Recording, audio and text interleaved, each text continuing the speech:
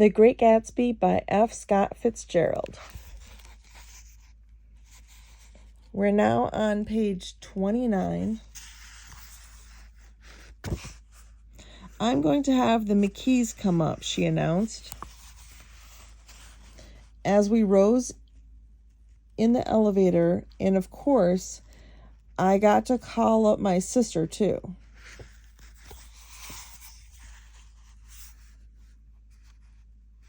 The apartment was on the top floor, a small living room, a small dining room, a small bedroom, and a bath.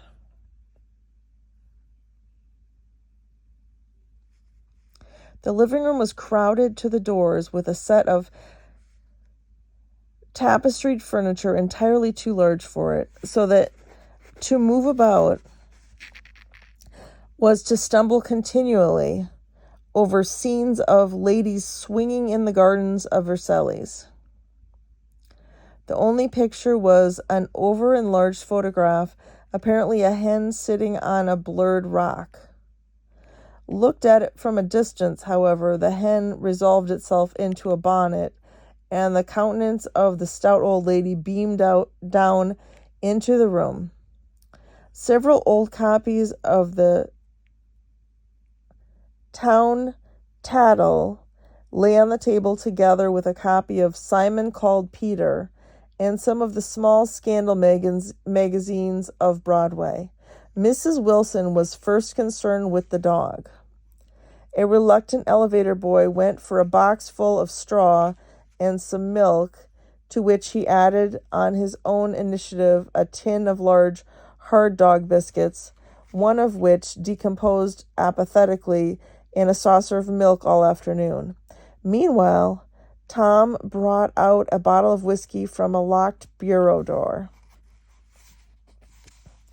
I have been drunk just twice in my life, and the second time was that afternoon, so everything that happened has a dim, hazy cast over it, although until after 8 o'clock the apartment was full of cheerful sun. Sitting on Tom's lap, Mrs. Wilson called up several people on the telephone. Then there were no cigarettes, and I went out to buy some at the drugstore on the corner. When I came back, they had disappeared, so I sat down discreetly in the living room and read a chapter of Simon Called Peter. Either it was terrible stuff or the whiskey distorted things, because it didn't make any sense to me. Just as Tom and Myrtle, after the first drink, Mrs. Wilson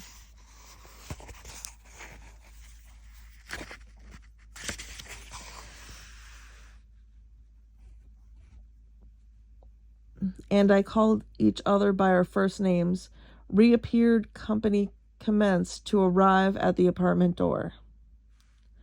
The sister, Catherine, was a slender, worldly girl of about 30, with a solid, sticky bob of red hair and a complexion powdered milky white. Her eyebrows had been plucked and then drawn on again with a more rakish angle, but the efforts of nature toward the restoration of the old alignment gave a blurred air to her face. When she moved about, there was an incessant clicking as innumerable pottery bracelets jingled up and down upon her arms. She came in with such a proprietary haste and looked around so possessively at the furniture that I wondered if she lived here. But when I asked her, she laughed immoderately, repeated my question aloud, and told me she lived with a girlfriend at a hotel.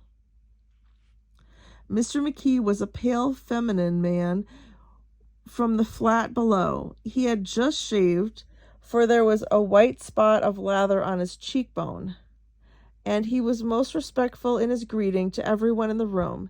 He informed me that he was in the artistic game, and I gathered later that he was a photographer and had made the dim enlargement of Mrs. Wilson's mother, which hovered like an ectoplasm on the wall. His wife was shrill, languid, handsome, and horrible. He told me with pride that Her husband had She told me with pride that her husband had photographed her 127 times since they had been married. Mrs. Wilson had changed her costume some time before and was now attired in an elaborate afternoon dress of cream-colored chiffon, which gave out a continual rustle as she swept about the room. With the influence of the dress, her personality had also undergone a change. The intense vitality that had been so remarkable in the garage was converted into impressive hauteur. Her laughter, her gestures, her assertions became more violently affected moment by moment, and as she expanded, the room grew smaller around her, until she seemed to be revolving on a noisy, creaky pivot through the smoky air. "My dear," she told her sister in a high, menacing shout, "most of these fellas will cheat you every time. All they think of is money. I had a woman up here last week to look at my feet, and when she gave me the bill, you'd have thought she had my appendicitis out."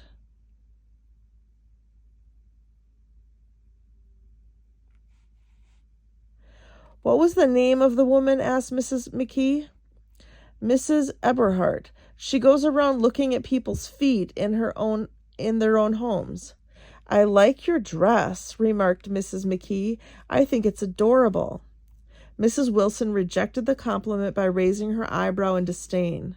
"It's just a crazy old thing," she said.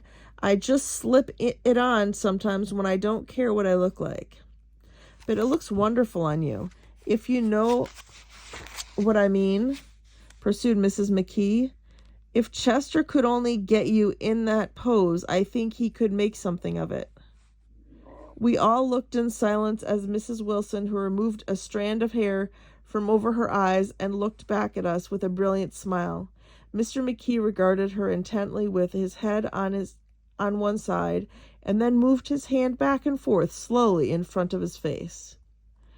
"I should change the light," he said after a moment. "I'd like to bring out the modeling of the features. And I'd try to get hold of all the back hair." "I wouldn't think of changing the light," cried Mrs. McKee. "I think it's..."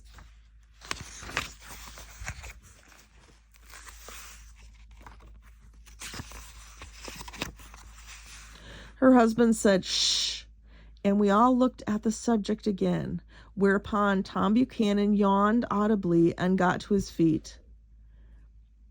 "You McKees have something to drink," he said. "Get some more ice and mineral water, Myrtle, before everybody goes to sleep." I told that boy about the ice. Myrtle raised her eyebrows in despair at the shiftlessness in her lower orders.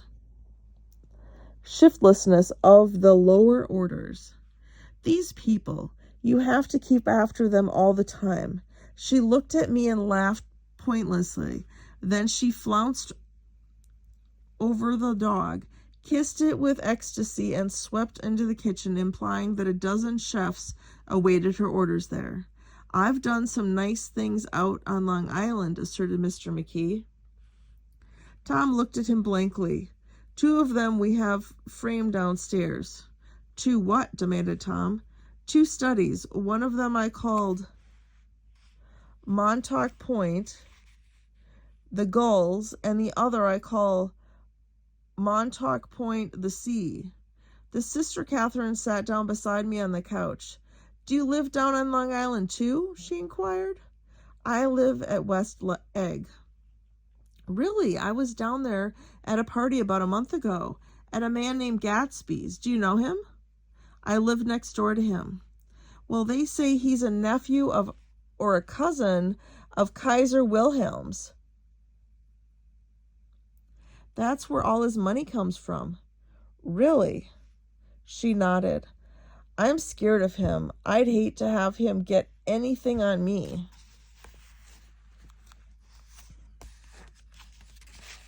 This absorbing information about my neighbor was interrupted by Mrs. McKee's pointing suddenly at Catherine.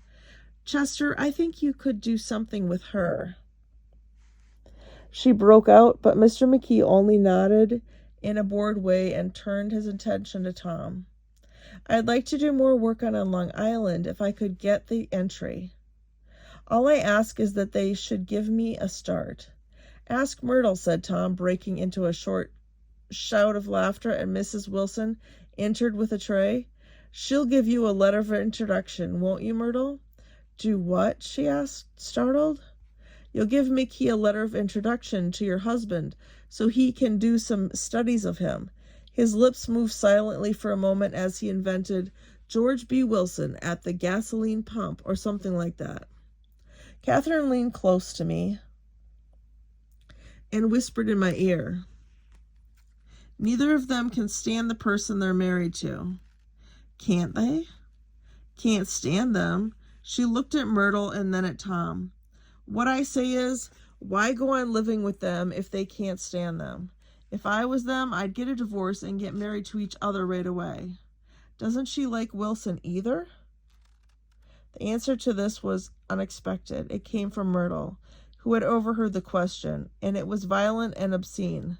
"You see," cried Catherine triumphantly.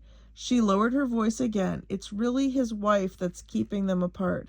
She's Catholic, and they don't believe in divorce." Daisy was not Catholic, and I was a little shocked at the elaborateness of the lie.